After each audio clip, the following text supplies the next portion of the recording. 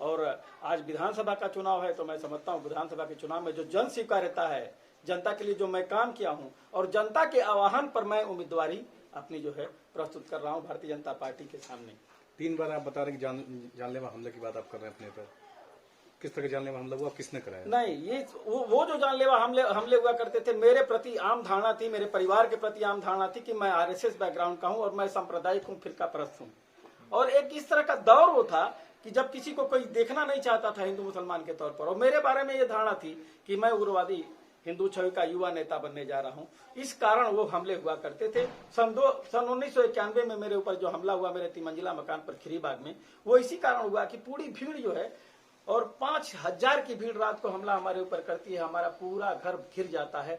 रतन लाल श्रीवास्तव उस समय CO police रहते हैं, जितेंद्र यादव उस समय इंस्पेक्टर रहते हैं, वो शोर सुनकर आते हैं, वहां पर देखते हैं कि चारों तरफ से हमलावर भीड़ है और हमलावर भीड़ को लगता है कि हम लोग कुछ घटना कर रहे हैं और हम लोग कोई घटना की तैयारी कर रहे हैं। इस कारण हमारे ऊपर हमला हुआ और जिस तरह से बिनाऊ हत्याकांड हुआ उसके बाद ये हमारे घर का पूरा हत्या हो जाता और नरसंहार हो जाता। किसी प्रकार से आप लोगों की कृपा कहिए, ईश्वर की कृपा रही और मैं बचा। लेकिन 1991 के बाद से लगातार का जो किरदार मेरा रहा है, हिंदू में, मुसलमान में, गरीबों में, पिछड़ों में, विद्यार्थियों में, युवाओं में, सबने मुझको स्वीकार किया है।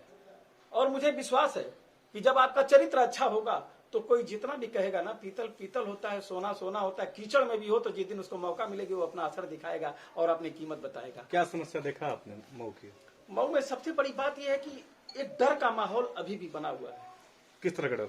डर, माफियाओं के खिलाफ डर, और चारों तरफ सफेद जूता पहनकर जो एक ड्रेस कोड बना हुआ है, स्पेशली भू माफिया जो यहाँ पर काम कर रहे हैं उन पर अभी कमी है, कार्य करने की कमी है। और वो इसलिए कमी है कि ये लोग इतने डरे हुए हैं, जो लोग प्रभावित हैं, जो आम आदमी प्रभावित है, वो इतना डरा हुआ है कि हम सरकार के पास जाएं, पुलिस के पास तो जाएं तो कैसे। उनको एक तो विश्वास का माहौल नहीं मिल पा रहा है। पुलिस के विश्वास की स्थापना की जिम्मेदारी भी अब हम लोगों की होती है, क्योंकि हम लोग सरकार के हिस्सा में हैं, समझ लीजिए। और ये विश्वास नहीं बन पा रहा है, इसलिए बेचारे डरे समय रहते हैं कि मैं प्रॉपर्टी कैसे बचे, और डर के मारे उन सबों को डिलीवर कर दे रहे हैं। नतीजा ये है कि भूमाफियागिरी खूब फल फूल रही है। उस पर बहुत कमान लगाने के बाद भी अभी बहुत कम कमी आई है। पूरी तरह से भूमाफियागिरी साफ नहीं है। और माफियाओं का सबसे पहला और सबसे अच्छा जो फसल और खेती और व्यापार हो सकता है वो भूमाफियागिरी है मऊ जनपद में। तो बुलडोजर चलाना पड़ेगा क्या? मोदी जी को बुलडोजर चलाना पड़ेगा। योगी जी बुलडोजर चला रहे हैं और आपने सहयोग दिया, जनता ने जिस तरह से समर्थन दिया है, मुझे अवसर मिला, मुझे क्षमता मिली, मैं इस क्षेत्र का नेतृत्व कर सका, तो बुलडोजर तो चिन्हांकित करके चलाया जाएगा। लेकिन भूमाफियाओं को बताया जाएगा कि ये कौन माफिया है और कौन उसके पुख्तार अंसारी के पीछे काम कर रहे हैं। न वो हिंदू है, न मुसलमान है, न अगड़े, न पिछड़े हैं, उनकी सिर्फ एक बिरादरी है और वो भूमाफिया है। और ऐसे लोगों के खिलाफ कार्रवाई होगी, इंगित करके कार्रवाई होगी। मैंने डायरी तैयार किया है और बहुत जगह हमने मैसेज दिए। कितने लोग हैं आपकी डायरी में, लिस्ट में? मेरे डायरी में मानकर चलिए कि कम से कम 1 दर्जन लोग हैं। अब विशेष तौर पर दक्षिण जोड़ा थाना क्षेत्र बुरी तरह से प्रभावित है। इस शहर का क्षेत्र आप समझ लीजिए कि वहाँ जो भी दरोगा जाता है उसके पास सिर्फ एक ही समस्या होता है, जमीन, और एक ही समाधान होता है, पैसा।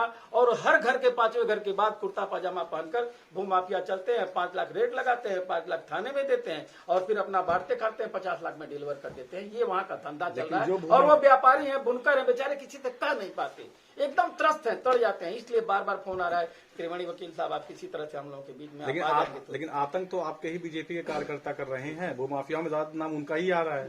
नहीं, मऊ जनपद के भूमाफिया जो है वह बीजेपी के कार्यकर्ता नहीं है, कहीं के होंगे। जैसा आपने लिस्ट बताया, हमने भी लिस्ट पढ़ा। मैं मऊ की बात कर रहा हूँ। मऊ के नहीं हो सकते हैं। हाँ, ये जरूर है कि बीजेपी का चेहरा और चादर ओढ़े हुए हैं।